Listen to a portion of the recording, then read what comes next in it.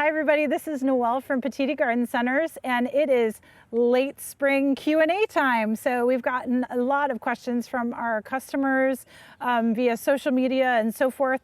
So I wanted to answer some gardening questions for you. Let's see if we can kind of keep the garden going and be successful out in the garden. So one of the first questions is, how do I keep my beautiful hanging baskets looking as great as they look at Petitti's? And we do have a video about this. So Taylor and I, we took a video kind of late summer. It is available on our website, and Taylor will give you the link for that. But needless to say, haircut, haircut, haircut. We want you to give your hanging baskets a haircut about once a month. I usually start right after the 4th of July. Everybody came over for the 4th of July, and then as they're leaving, I go out there and I start trimming my hanging baskets. You can trim anything from a couple inches all the way to, you know, if you have longer petunias and so forth, you can really take them back pretty high, close to the basket, and then feed. So we often feed with Osmocote in our hanging baskets and containers, just because it's long release and it works really, really well for us. And you use that. We usually apply Osmocote about once every 2 to 3 months, but when it's rainy, guess what? That fertilizer leaches out really quick. So make sure you are staying continuous with your feed. And if your plants look a little, I don't know, peaked, go ahead and fertilize them again, okay? Question 2. Hi there, I'm very interested in finding a tree and having somebody help me plant it. Well, we do have a planting service at Petitti's, so there's more information again on our website, and you'll see the link here.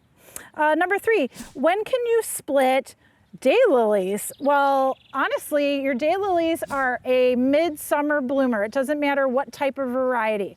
So what we say about dividing and transplanting and splitting your perennials is if it blooms in spring, you divide and split and transplant in the fall.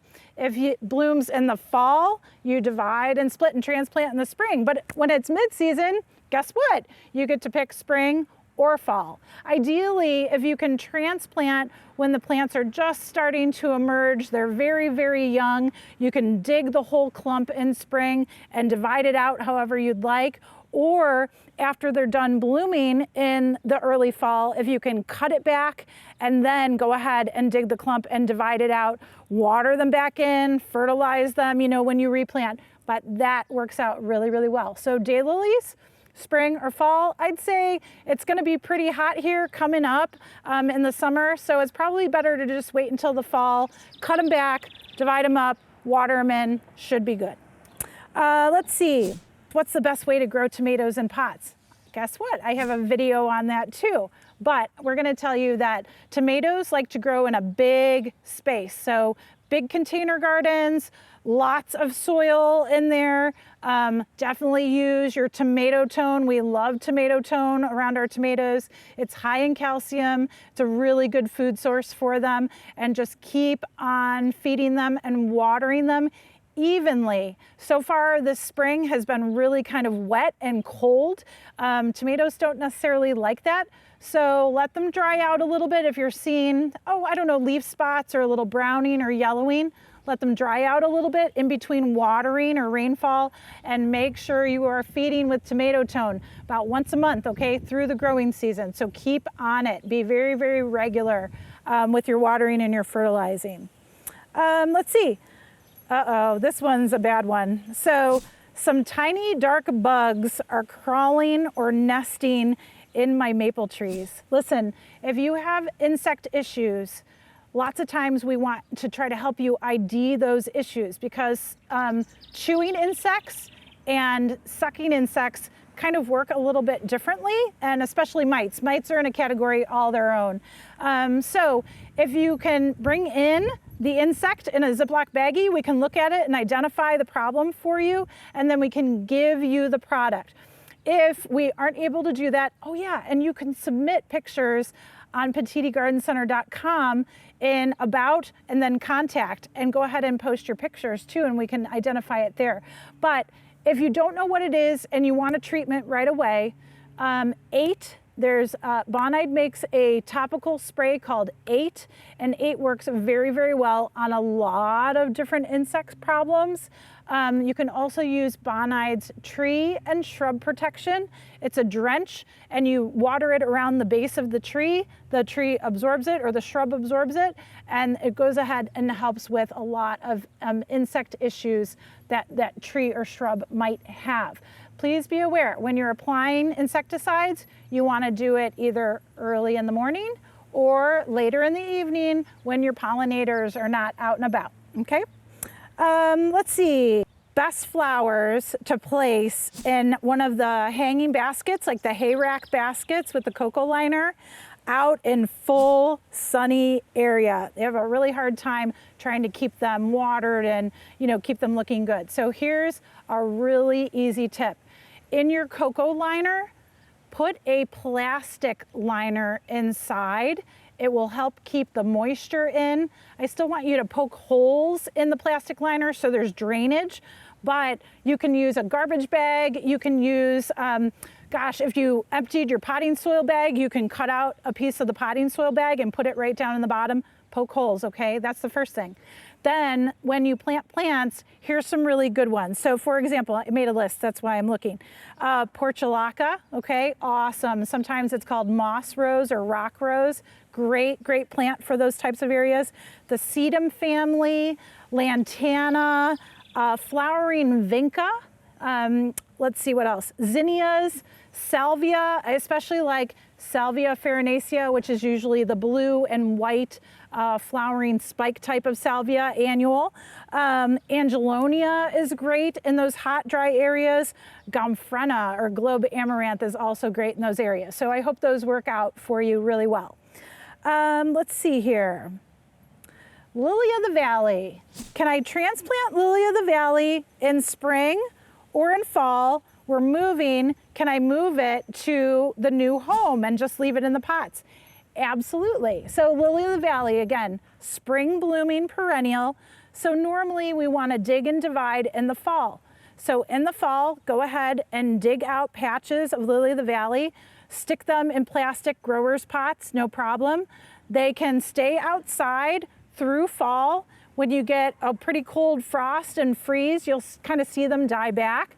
Go ahead and put those pots into a garage, or go ahead and put them on the side of a protected house and kind of mulch around them. And then they're in their own holding area. And then when you move, you take them, you go and replant them in the spring, they will be fine. Believe me, they are tough, okay? Let's see what else. I have a steep slope, and normally what I plant is ground cover, junipers, and some thyme. Believe me, there's a lot of ground covers that'll work on a very steep area. We're trying to retain soil there, you know, we don't want it to erode off. So ajuga or bugleweed, Lismachia, golden moneywort, fantastic, myrtle, mazis, all of these ground covers, if they spread out, when they spread, they produce runners, okay, running stems, and each node produces a root system. So believe me, they're rooting in at every node, and they're really keeping the soil down, okay? So just remember, there's quite a few ground covers that will do a really nice job for you out there. Okay, can you split clematis? Absolutely, or clematis, however you like to say it, but clematis are spring blooming, mid-season blooming, late season blooming. So there's all different blooming phases on different varieties. So if you have a spring blooming clematis, then of course you divide in the fall. If you have a mid-season blooming clematis, then you would divide spring or fall, whatever works for you. If it's a late blooming clematis, a fall bloomer like Sweet Awesome, which is awesome, then go ahead. Did I say Sweet Awesome? Sweet Autumn, which is awesome. So go ahead and divide that in the spring, okay? Follow-up question on this is, when do you cut them back? So what I normally recommend is with clematis, when they're done blooming, deadhead them, A lot of clematis have the potential to repeat bloom, especially if they're a spring blooming variety or summer blooming variety, okay? Then let them kind of go and dry out and die back naturally over the winter.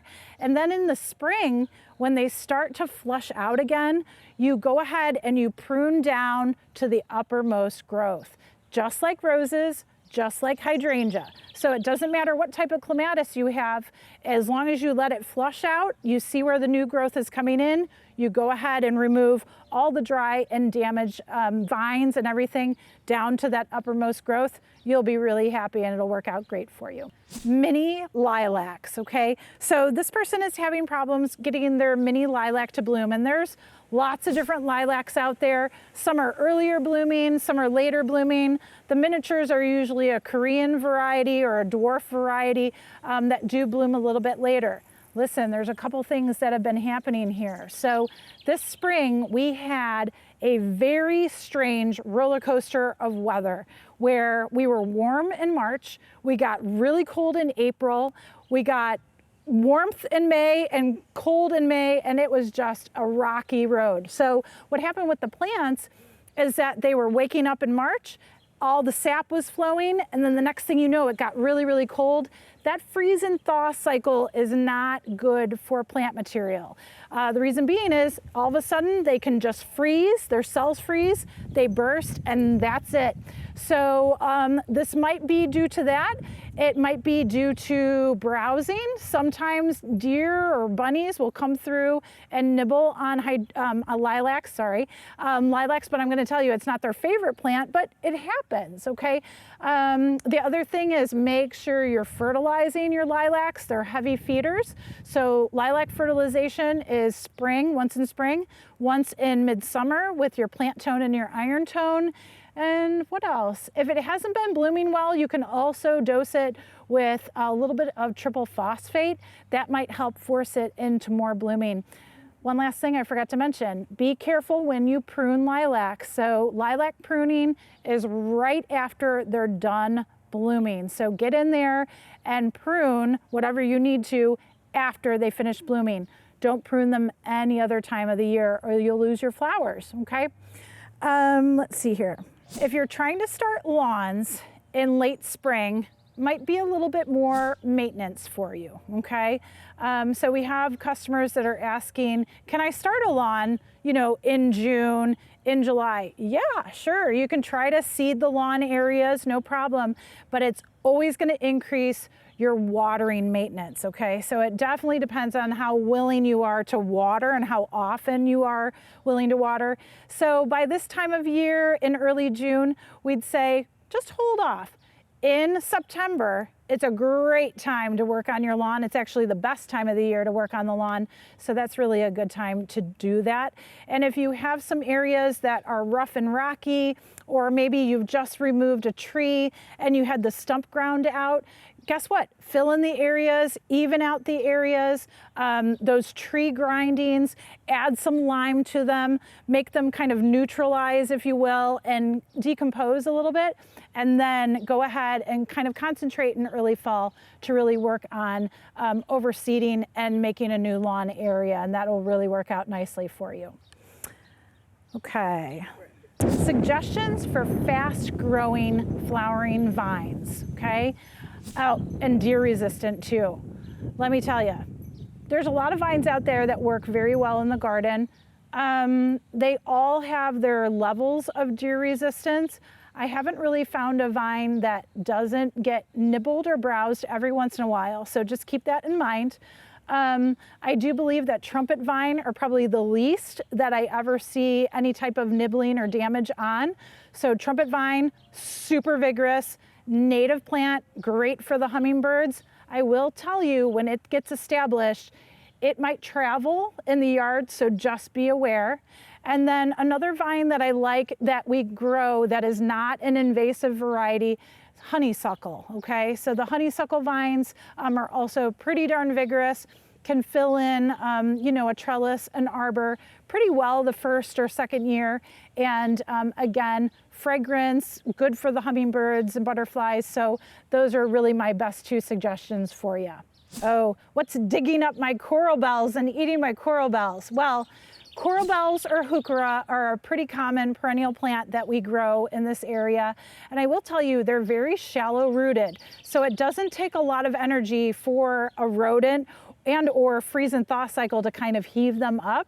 So check on them every once in a while, get them dug back down into their holes pretty solidly, mulch around them so they stay in place and kind of stay cooler at the root system. That always helps really well. And then you want to apply a repellent. So Repelzol is a really multi-purpose repellent for a lot of different animals.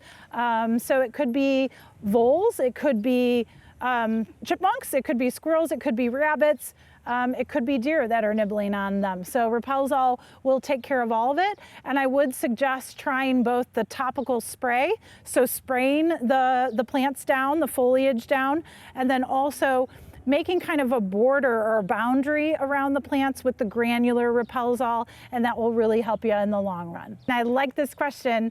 What plant identification, I can't say it, identification app works best?